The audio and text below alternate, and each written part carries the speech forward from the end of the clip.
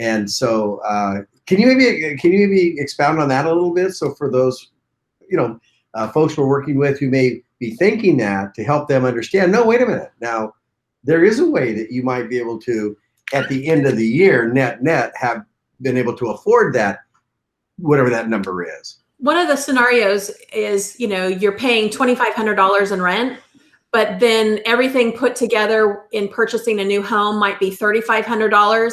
At that point, it may not make sense budget-wise to buy a home. Vito and I were talking about building your career and, making $300,000, $400,000 a year and really increasing your income there. But for me, the conversation becomes very valuable is if you're paying rent for $3,500 in Sunnyvale and you definitely can afford the $3,500 rent, if you can get a house and pay $3,500 for buying a new house, that's where it makes sense budget-wise. And there's two things that I would recommend that you do is you go through a budget, and you guys have some great tools and great conversations in working with your clients on that, but just having them create and go work through a budget of everything that they need to think through, not only the reoccurring amounts that they need to pay out that are deductible, like mortgage interest, property tax, but all the other things that are not deductible, like maybe HOA dues or homeowners insurance or repairs, right? You kind of have to budget a little bit for that.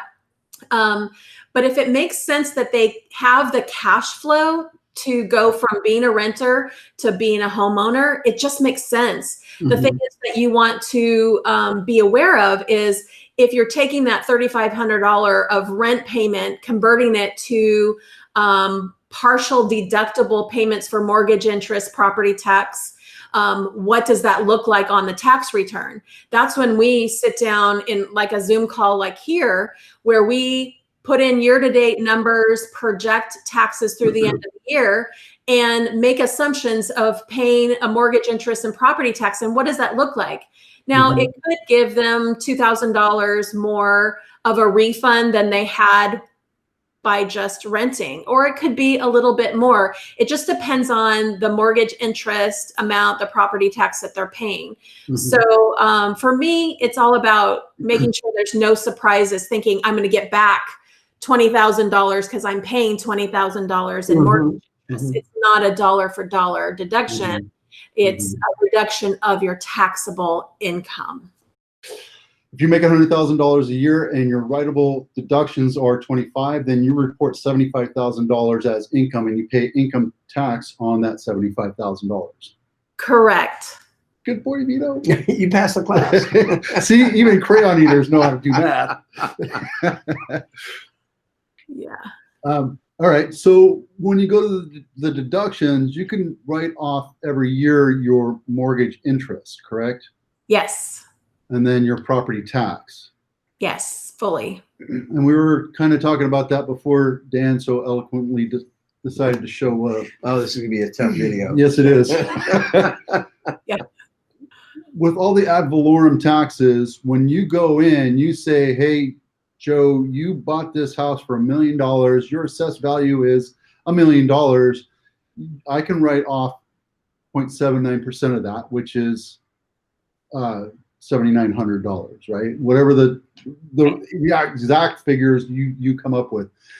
In Santa Clara County, we have ad valorem taxes, we have Melrose taxes, we pay garbage bills through the taxes. There's a lot of other things that help go pay for the schools and the roads and the police, the sheriff department and all that kind of stuff as well.